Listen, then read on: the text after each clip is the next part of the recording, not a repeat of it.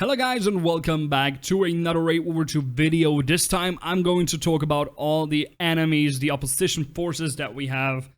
First off, Air Infantry. Alright, these chaps are the standard troops of the Wehrmacht land forces, the Krunts if you will. Nonetheless, they're not to be dismissed lightly. They're generally well trained, equipped and organized, and the enemy has a seemingly endless supply of them. You'll encounter three basic types: recruits, regulars, and veterans. Air recruits are new troops, only just out for basic training. Lacking the skills and experience of their battle-hardened brethren, they shouldn't pose too much of a threat to fighters of your caliber, but they can still be dangerous in large numbers. Air regulars are, much as it pains me to admit, fine soldiers.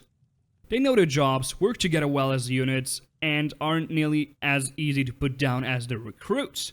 You'll be running into a lot of them, so be prepared.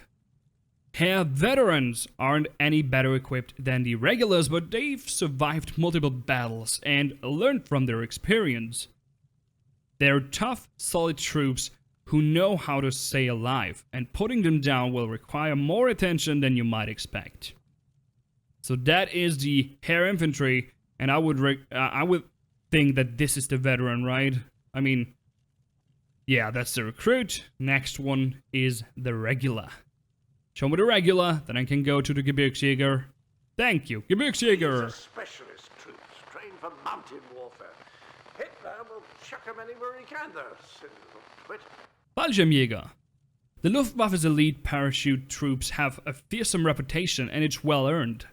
They may lack the fanatical seal of the Waffen-SS, but they more than make up for it with steely determination and excellent training. Fallschirmjäger regulars are excellent soldiers in every respect, fully capable of ruining anyone's day or midnight assault. Take them down hard and fast. Fallschirmjäger veterans are among the finest fighting men at the Reich's disposal. Fortunately for us, they aren't too many of them, but if they do appear on the battlefield, you should always prioritize them over lesser opponents. Waffen-SS. If these morons are so concerned with blood and soil, why not soak it with theirs? Exactly. The armed wing of the Nazi Party's SS organization. It would be easy to dismiss these fellows as jackbooted thugs, but unfortunately there are also fanatical fighters who'll stop at nothing to achieve their aims, and will never break to surrender. Make no mistake, these are viciously effective opponents who shouldn't be underestimated.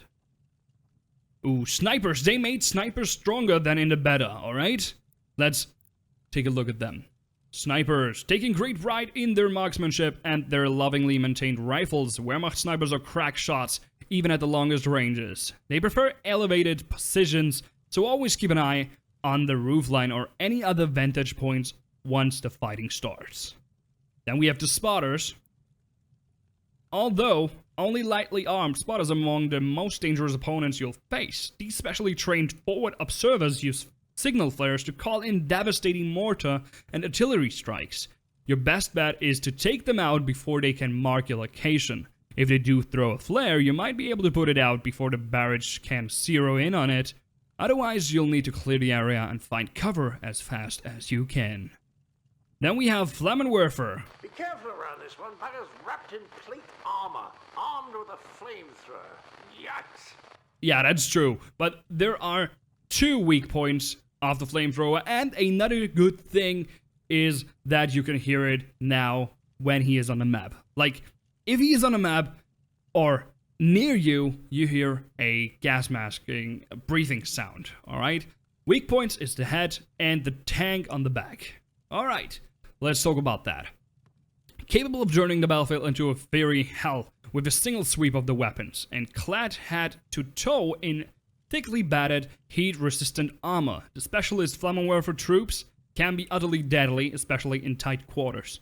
Absolutely. They're not without their weaknesses, however. The weight of their weapon and all that protective gear makes them slow and clumsy, and the fuel tanks strapped to their backs are a notable weak spot in their defenses. As I said, boys, their complete disregard for the safety of their fellow soldiers can also be turned to your advantage. Perfect, right? So if you stay right in front of him, he will shoot the flames and he will attack his own friends. Nice. Officers. Notice how close together the eyes are on these swine. Shows the low intelligence indicative of these trumped up dogs.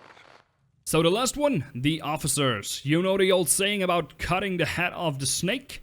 Although typically lightly armed, German officers nonetheless represent a serious threat in the combat by inspiring enemy troops and calling in SS reinforcements to support and protect them.